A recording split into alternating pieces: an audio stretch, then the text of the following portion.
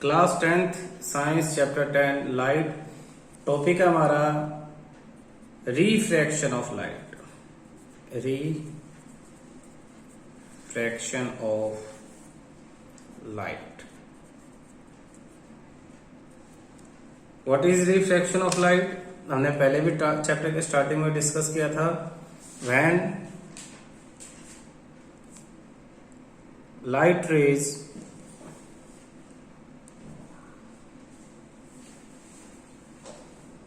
travels from one medium to another medium of different refractive index, it changes its path. This phenomena is called refraction of light. जब light एक medium से दूसरे medium में जाती है, दूसरा medium with of different refractive index, तो एक ये नया शब्द है डिफरेंट रिफ्रैक्टिव इंडेक्स, ये अभी समझाएंगे। तो लाइट अपना रास्ता बदल देती है, तो इस चीज को क्या कहेंगे? इस चीज को ही रिफ्रैक्शन ऑफ लाइट कहेंगे। तो रिफ्रैक्टिव इंडेक्स किसे कहेंगे, ये आगे एक टॉपिक आएगा, उसमें इसको अच्छी तरह से पूरा समझाएंगे। समझ लो कि रिफ्रैक्टिव इंडेक्स एक तरह से मीडियम की डेंसिटी पे डिपेंड करता है, उसमें लाइट की स्पीड क्या होती है उस चीज पे ये डिपेंड करता है।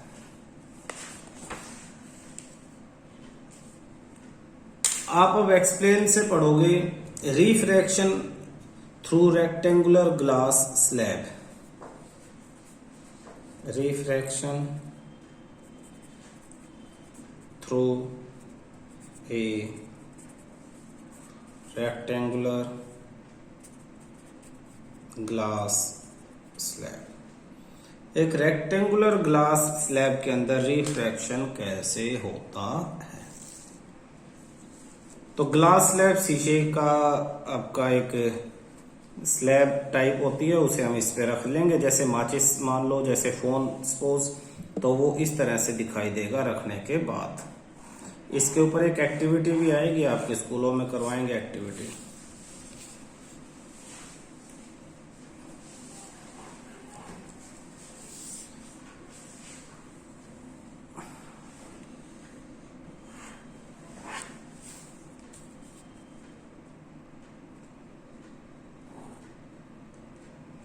ये आपकी ग्लास स्लैब हो जाती है। ग्लास स्लैब को आप नाम दे दो।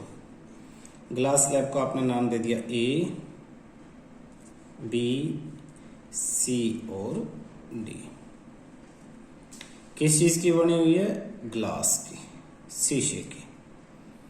ऊपर क्या है? ऊपर है एयर, और एयर से लाइट आई, ये देखो, एयर से लाइट आपके पास ये आई, ये अगर ग्लास स्लैब नहीं होती तो ये लाइट सीधी ऐसे इस रास्ते से सीधी आगे चली जाती।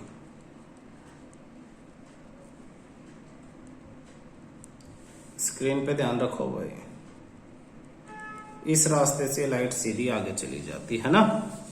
तो जो लाइट आती है उसको हम क्या कहते हैं? Incident ray. क्या कहेंगे हम उसे? Incident ray. तो ये आपके पास इंसिडेंट रे है। इसका आपकी बुक के अकॉर्डिंग नाम रख लेते हैं कोई। ये आपका ई पॉइंट और ये आपका एफ। तो रे ई एफ,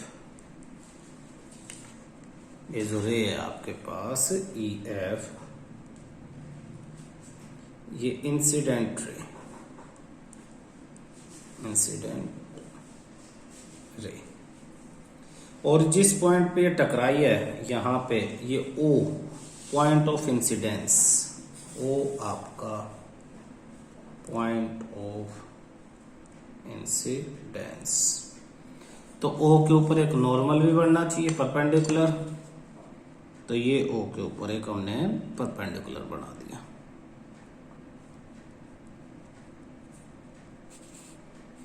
इसका नाम रख दिया हमने N और N डैश। और इंसिडेंट और नॉर्मल के बीच जो एंगल होता है उसे एंगल I कहते हैं, पॉइंट ऑफ इंसिडेंस। क्लियर है? तो एंगल I आपका पॉइंट ऑफ इंसिडेंस।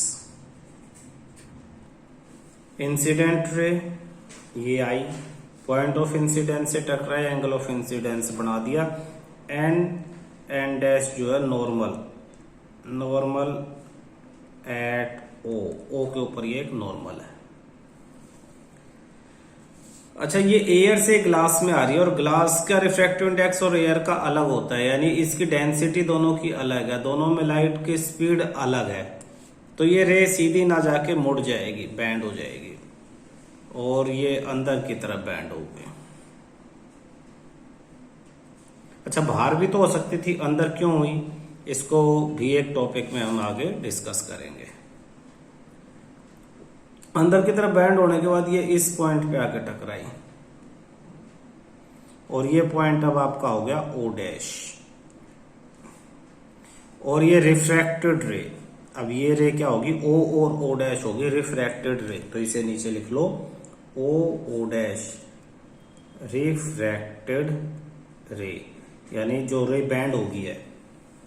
और रिफ्रैक्टेड रे और नॉर्मल के बीच ये हो गया R1 angle of refraction, R1 ये एंगल I था, तो इसे कहेंगे angle of refraction, angle of refraction. फिर ग्लास से फिर एयर में जा रही है, यहां खत्म तो नहीं हुई, तो फिर बाहर बैंड हो जाएगी, लेकिन उससे पहले फिर यहां नॉर्मल बना देंगे हम, ये फिर नॉर्मल, इस नॉर्मल को नाम दे देंगे हम अब M और M डैश, तो इसको नाम दे दिया M और M डैश। ऊपर जो था ये I1 था, इंसिडेंस 1 I इंसिडेंस, अब ये नीचे I2, ठीक है।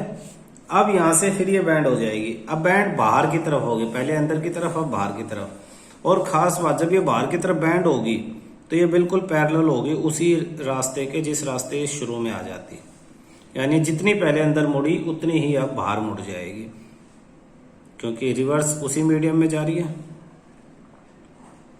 ये। और ये अब जो एंगल है यहाँ पे इसे R2 कहेंगे, R2, और R2 को ये एंगल E भी कहते हैं, R2 को angle E, angle of emergence भी कहेंगे। तो एंगल R2 एंगल E, इसे angle of emergence, angle of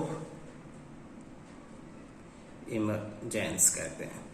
और ये जो रे बाहर आई है जिसको हम नाम दे दें सपोज G और H, इसको इमरजेंट रे कहेंगे, इमरजेंट रे।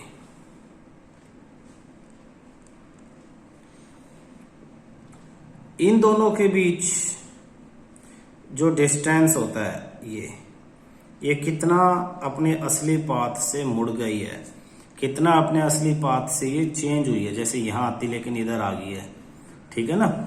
तो एक्चुअल पाथ से ये इसने अपना रास्ता जो है थोड़ा सा बदल दिया है, किसकी वजह से, ग्लास की वजह से। इसे लेटरल डिस्प्लेसमेंट कहते हैं, क्या कहेंगे इसे, D से डिनोट करेंगे, और ये D हो जाएगा lateral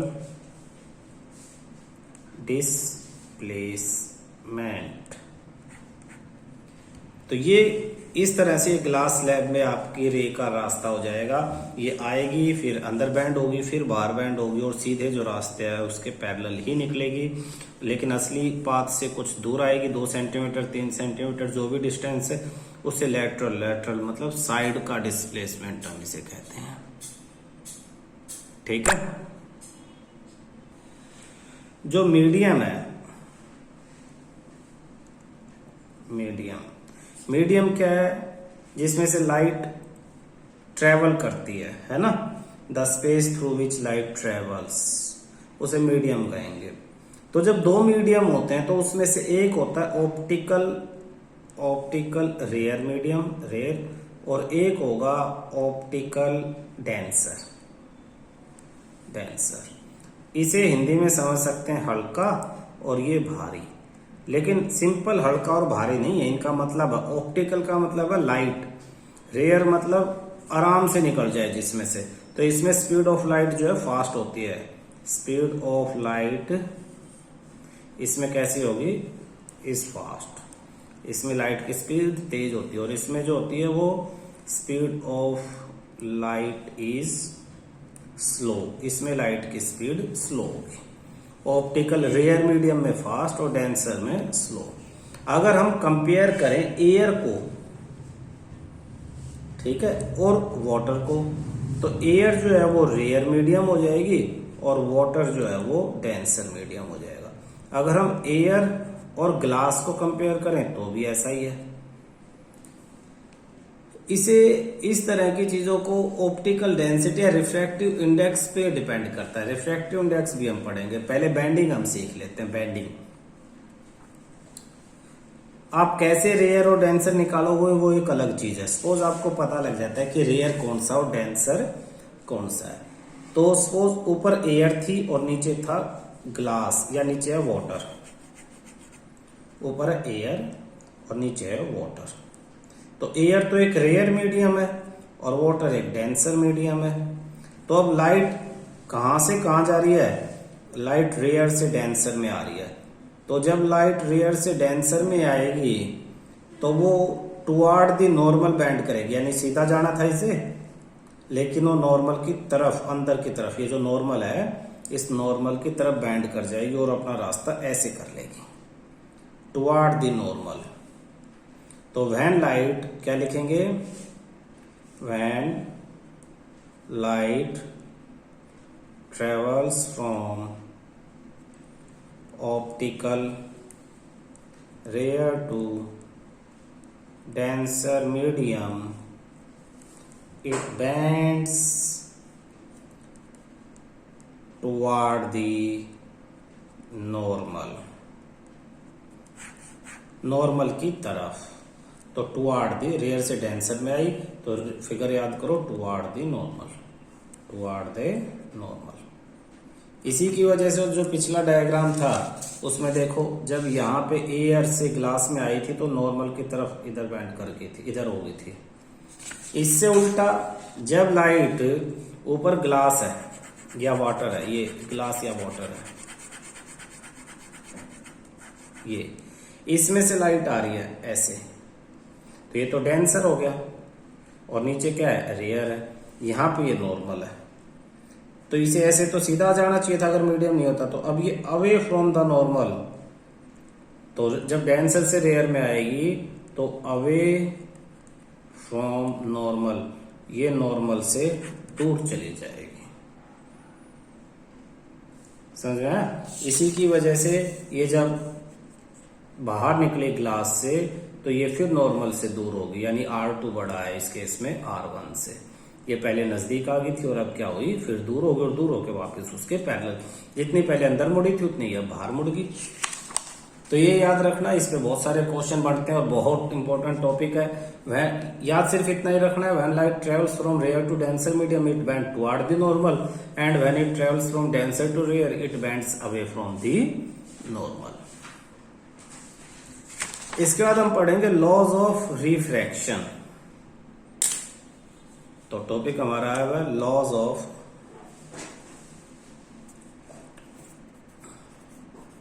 refraction. Laws of refraction, इसमें फर्स्ट लॉ आपका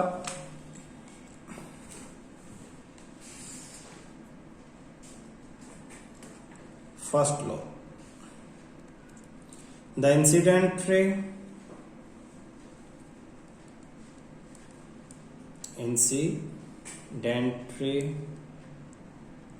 the refracted ray and the